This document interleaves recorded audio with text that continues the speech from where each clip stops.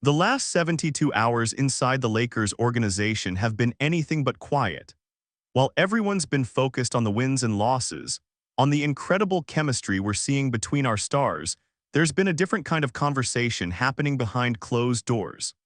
A conversation about rotation adjustments, about maximizing our championship window, and about making the kind of move that could elevate this team from a playoff contender to a legitimate title threat.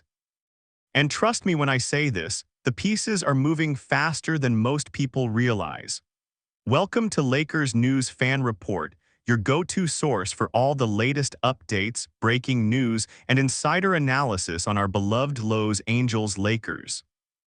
I'm here to bring you the stories that matter, the moves that could shape our season, and the insights that only true Lakers fans care about. Make sure you hit that subscribe button and turn on notifications, because what's developing right now could change everything we thought we knew about this roster heading into February. Let me paint the picture of where we stand right now. The Lakers are sitting at 26 wins and 16 losses, which puts us fifth in the Western Conference. That's a solid position, no doubt about it. We've got a star-studded core that includes Luka Doncic bringing his elite playmaking, LeBron James still defying father time, and Austin Reeves continuing to prove he belongs in the conversation as one of our most important pieces. On paper, this team has everything it needs to compete. But here's the thing about championship basketball, and this is something I've learned from watching this franchise for years. It's never just about having talent. It's about having the right fit, the right combination of players who complement each other's strengths and cover each other's weaknesses. And when you look at our current roster construction with an honest eye, there are some gaps that need addressing if we're serious about hanging banner number 18 in the rafters. The addition of Deander Ayton in the offseason was supposed to solve our center problem once and for all. And to his credit, Ayton has been exactly what we needed as a starting big man. He's averaging solid numbers, protecting the rim, and giving us that consistent presence in the paint that we've lacked in recent years. But championship teams aren't just built on strong starting fives. They're built on depth, on having reliable options when your starters need rest, when injuries happen, when matchups require adjustments. And that's where things get interesting. Our backup big man rotation has been, let's be honest, inconsistent at best. Jackson Hayes brings energy and athleticism, but he's still developing his overall game. Drew Timm is a project with potential, but he's not someone you can rely on for meaningful playoff minutes right now. Maxi Kleber provides veteran savvy and shooting, but at this stage of his career, his minutes need to be carefully managed. We need someone who can step in and maintain our level of play when Ayton sits, someone who brings proven production and championship experience. Subscribe to this channel if you haven't already, because over the next few days, things are going to move quickly and you don't want to miss a single update. Now, let me take you through what's been developing across the league that directly impacts us. The trade deadline is approaching, and as always, it's the time when general managers start making calls, exploring possibilities, and trying to find deals that can push their teams over the top. For the Lakers, this deadline feels particularly crucial because our championship window with LeBron is finite, and every move we make has to be calculated with that urgency in mind.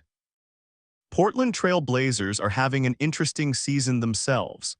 They're at 22 wins and 22 losses, sitting ninth in the West and fighting for that play-in spot. Their young star Denny Avdija has been playing out of his mind, and Donovan Clingan has emerged as a legitimate starting center, averaging 11.3 points, 10.9 rebounds, and 1.3 blocks per game. That's impressive production for a young big man, but here's where it gets relevant for us. Robert Williams III, also known as Time Lord to those who follow him closely, has been buried on Portland's depth chart.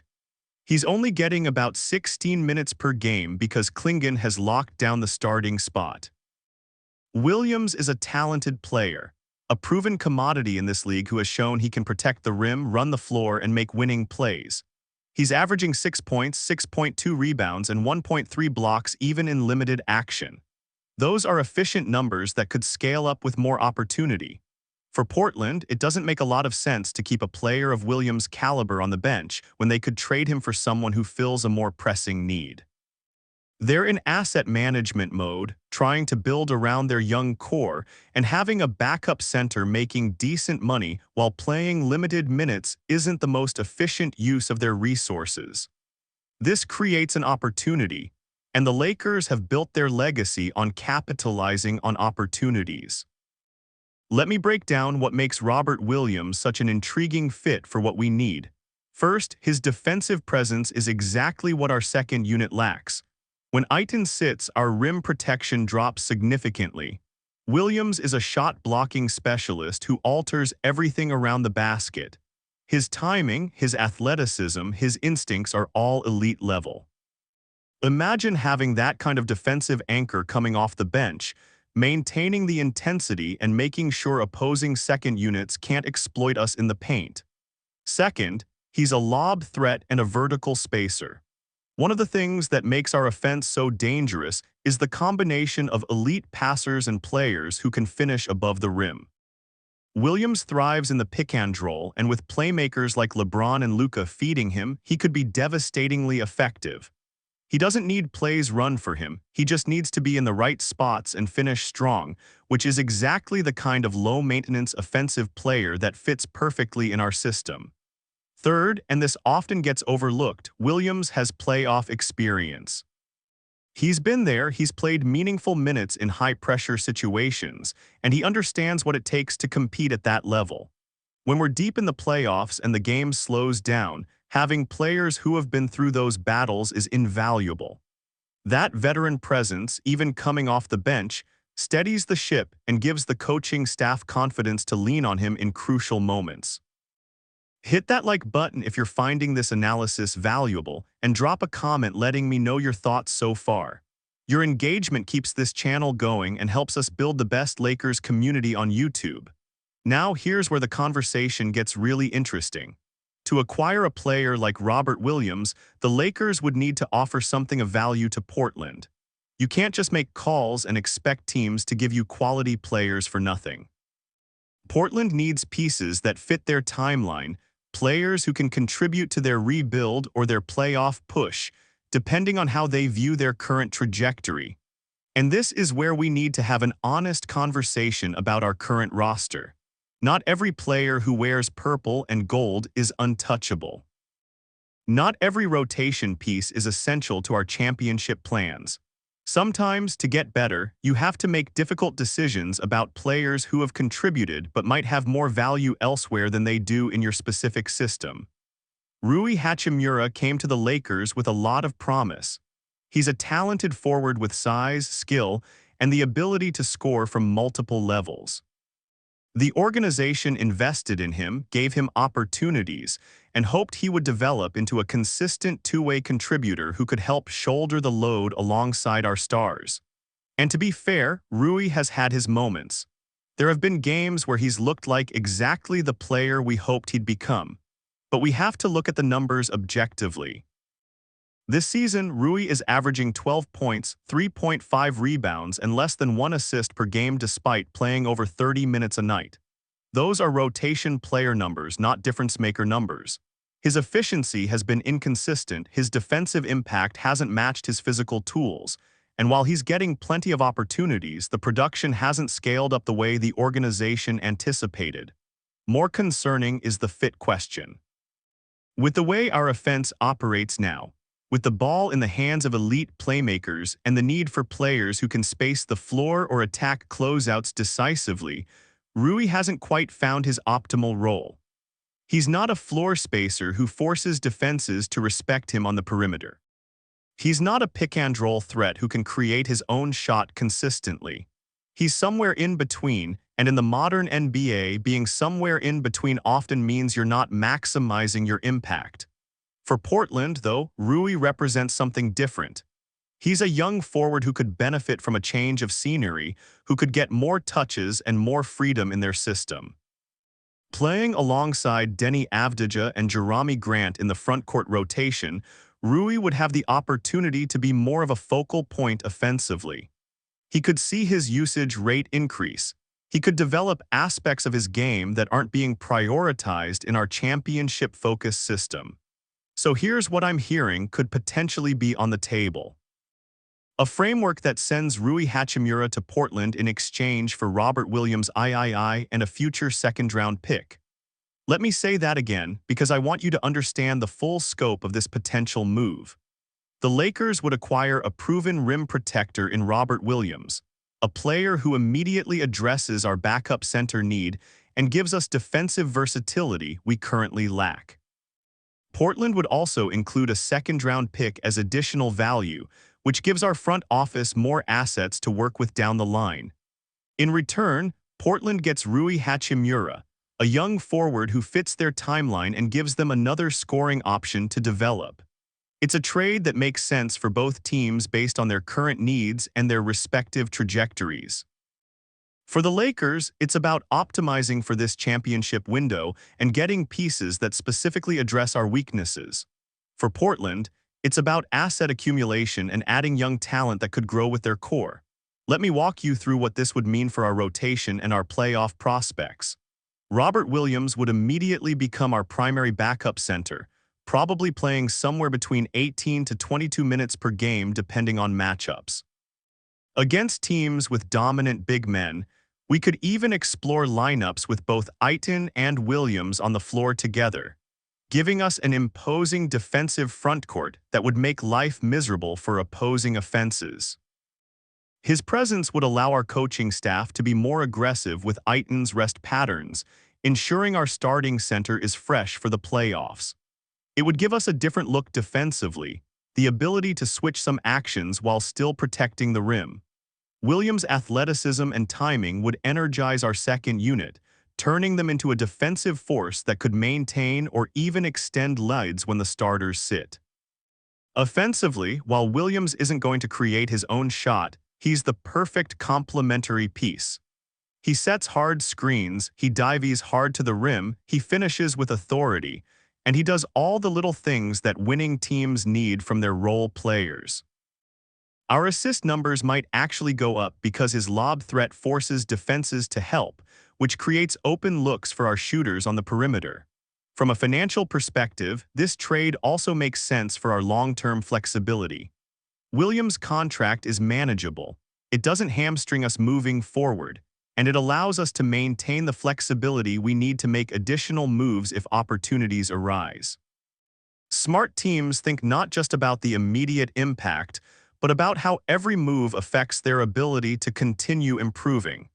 This potential deal keeps our options open while addressing an immediate need. Make sure you're subscribed and have notifications turned on because if this trade happens, I'll be breaking down every detail, every implication, and what it means for our championship chase. Now I want to address something that some of you might be thinking. Isn't this giving up too soon on Rui? Shouldn't we give him more time to develop chemistry and find his role? These are fair questions, and they come from a place of loyalty to our players, which I respect. But championship organizations have to make tough decisions based on fit and timeline, not just potential. The reality is that we're in win-now mode. Every season with LeBron is precious, and we can't afford to wait for players to figure it out. Rui has had opportunities, he's had the minutes, and while he's been solid, he hasn't been the difference maker we need him to be. Moving him for a player who immediately makes us better defensively and fills a glaring hole in our rotation is the kind of decisive action that separates good teams from championship teams. And here's the other side of it that should make Lakers fans feel good about this potential move. We're not giving up on Rui as a person or as a player. We're recognizing that sometimes the best thing for everyone involved is a fresh start. Rui goes to Portland where he can be featured more prominently, where he can develop without the pressure of championship expectations, where he can rebuild his value and potentially become the player his talent suggests he can be. That's not a failure, that's smart asset management on both sides. Robert Williams, on the other hand, has already proven what he can do at the NBA level. He's not a project, he's not a guy we're hoping develops. He's a known commodity who brings exactly what we need right now. That certainty, that proven production is worth its weight in gold when you're trying to win a championship. I want to hear from you right now. drop a comment below telling me your honest thoughts on this potential trade. Do you think moving Rui for Robert Williams makes us better? Are you concerned about giving up on Rui's potential? What would you do if you were making this decision? Your perspective matters, and I read every single comment. Let's have a real discussion about what's best for this team. Looking at the bigger picture, this potential move also signals something important about how our management is approaching this season. They're not content to just ride with what we have and hope it works out. They're actively seeking ways to improve, to address weaknesses, to put the best possible roster on the floor for the playoff push. That aggressive mindset is exactly what Lakers fans should want to see from their front office. The trade deadline is always a chess match, with teams positioning and negotiating to get the best possible return on their assets. The fact that conversations like this are even happening shows that Rob Pelinka and the front office are doing their jobs, exploring every avenue to make this team better. Whether this specific trade happens or not, the willingness to make bold moves is what champions are made of. And let's talk about what this does for our defensive identity moving forward. All season, we've been trying to establish ourselves as a team that can get stops when it matters. Adding another elite rim protector to pair with what we already have in Aiton creates layers of defense that very few teams in the league can match. Imagine playoff series where we can throw different looks at opposing stars, where we're never vulnerable in the paint no matter who's on the floor. Defensively versatile teams win championships. That's not an opinion, that's a fact proven over decades of NBA history. The teams that can switch, protect, recover, and adjust are the teams cutting down nets in June. This potential acquisition of Robert Williams pushes us significantly in that direction, giving us the kind of defensive flexibility that's essential in 7-game series against the best teams in the league. Here's my honest take as a Lakers fan who's lived and breathed this franchise through ups and downs. I love Rui as a person. I've appreciated his professionalism and his effort in purple and gold. But if this trade goes through, I'm excited about it. I'm excited because it shows we're serious about winning right now. I'm excited because Robert Williams is exactly the type of player we need. I'm excited because it demonstrates a willingness to make tough decisions in pursuit of banner number 18. Championships aren't won by being sentimental. I genuinely want to know what you think, and your engagement helps this channel grow and reach more Lakers fans who need this kind of in-depth analysis. If you found value in this breakdown, smash that like button and share this video with fellow Lakers fans who need to know what's developing. Subscribe to Lakers News Fan Report for daily updates, analysis, and insider information you won't find anywhere else. Turn on those notifications so you never miss breaking news about our beloved Lakers. We're building the best Lakers community on YouTube, and I want you to be part of it. Let's ride this championship chase together, and I'll see you in the next video. Go Lakers!